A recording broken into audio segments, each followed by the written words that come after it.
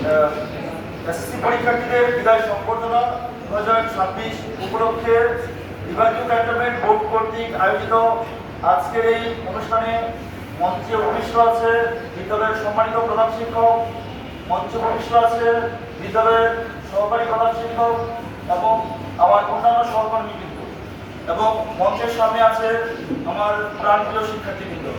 আসসালামু আলাইকুম। আজকের এই বিদায় অনুষ্ঠানে আমি যাদেরকে বিদায় দিচ্ছি তাদেরকে আমি প্রথম এই স্কুলে এসে শ্রেণী শিক্ষক হিসাবে পেয়েছিলাম। তাই আমি যতদিন এই স্কুলে থাকবো বা যতদিন বেঁচে থাকবো তাদের কথা সবসময় মনে থাকবে। তোমরা যখন পরীক্ষার হলে যাবে, পরীক্ষার হলে কিছু নিয়মাবলী আছে, যেমন প্রথম দিন অবশ্যই একটু আগে ভাগে বাসা থেকে বের হতে হবে। মানে এমন যাতে না হয় যে তোমার পরীক্ষা শুরু হয়ে গেছে কিন্তু তুমি আরো 10 মিনিট পরে পরীক্ষার ক্যাম্পে পৌঁছেছো, এরকম যাতে না হয়। আর যাদের ছেলেদের যাদের বড় আছে অবশ্যই ছোট করে পরীক্ষা দিতে যাবে।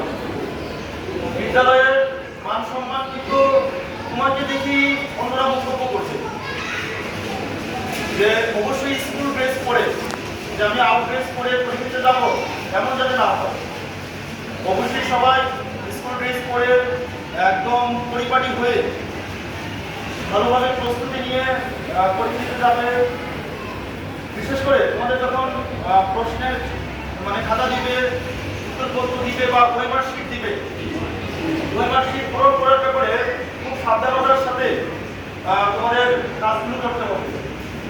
বৃত্ত ভরাট করতে কোনো যাতে ভুল না হয়, এটা বৃত্ত ভরাট করার সময় খুবই সতর্ক থাকতে হবে। এমনকি বৃত্ত ভরাট করার সময় আশেপাশে কারোর সাথে কোনো কথা বলা যাবে না, বা এমন হয় যে শিক্ষার্থীরা পাশাপাশি কথা বলতেছে আবার বৃত্ত ভরাট করতেছে, এই কারণে দেখা যাচ্ছে তার পরীক্ষাও কিন্তু কি বাতিল হয়ে যেতে পারে। দেখা যায় সে খুব ভালো পরীক্ষা দিচ্ছে কিন্তু তার পরীক্ষাটা বাতিল হয়ে যেতে পারে, কারণ তার রোল নাম্বার, রেজিস্ট্রেশন নাম্বার ভুল। এজন্য এই বিষয়গুলো খুব সাবধানতার সাথে করতে হবে। আর আরেকটা সবচেয়ে গুরুত্বপূর্ণ বিষয় হলো সেট কোড পূরণ।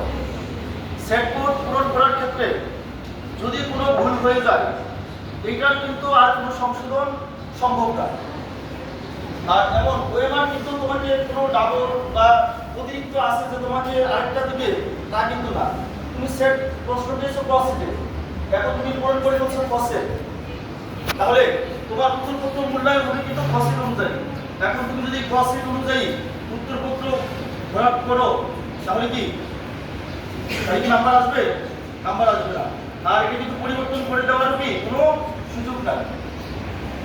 এক্ষেত্রে ওয়েমার শিট বা যত বৃত্ত আছে, বিশেষ করে ওয়েমারের সেট কোডটা, এমসিকিউর সেট কোড যাতে কোনো অবস্থাতেই ভুল না হয়। আর যদি কোনো কারণে রোল নাম্বার, রেজিস্ট্রেশন নাম্বার কোনো কারণে ভুল হয়েও যায়, সেক্ষেত্রে যারা পরীক্ষক থাকবে তাদের সাথে কথা বলতে হবে কিভাবে কি সমাধান করা যায়, তখন তারা এটা সমাধান দিবে, তখন ওই অনুযায়ী কি কাজ করতে হবে। আচ্ছা, সকলের শুভকামনা জানিয়ে আর পরীক্ষার হলে আরেকটা কথা, সবাই সবার সহযোগী হবে। সবাই সবার কি সহযোগী হবে। আমি সহযোগী করতে গিয়ে পরীক্ষার হলে কোনো বিশৃঙ্খলা করা যাবে না। পরীক্ষার হলে পরিবেশ সাথে রাখতে হবে। তুমি তার কাছে যদি কোনো কিছু জিজ্ঞাসা করার দরকার হয় এমনভাবে জিজ্ঞাসা করবে যাতে পরীক্ষক বুঝতেই না পারে।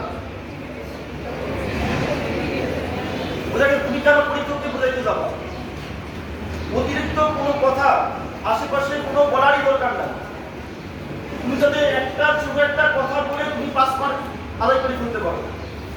এখন তুমি আধা ঘন্টা কথা বলে একবার তো কোনো কাজের কাজ হইল না, কোনো লাভ আছে? গতবার কিন্তু আমাদের একটা শিক্ষার্থী পরীক্ষায় খারাপ করছে। আমরা আশা করি এইবার সকলেই খুব ভালো একটা রেজাল্ট আমাদের বিদ্যালয়কে উপহার দিবে, এই আশাবাদ ব্যক্ত করে আমি আমার বক্তব্য এখানেই শেষ করছি। আল্লাহ হাফেজ।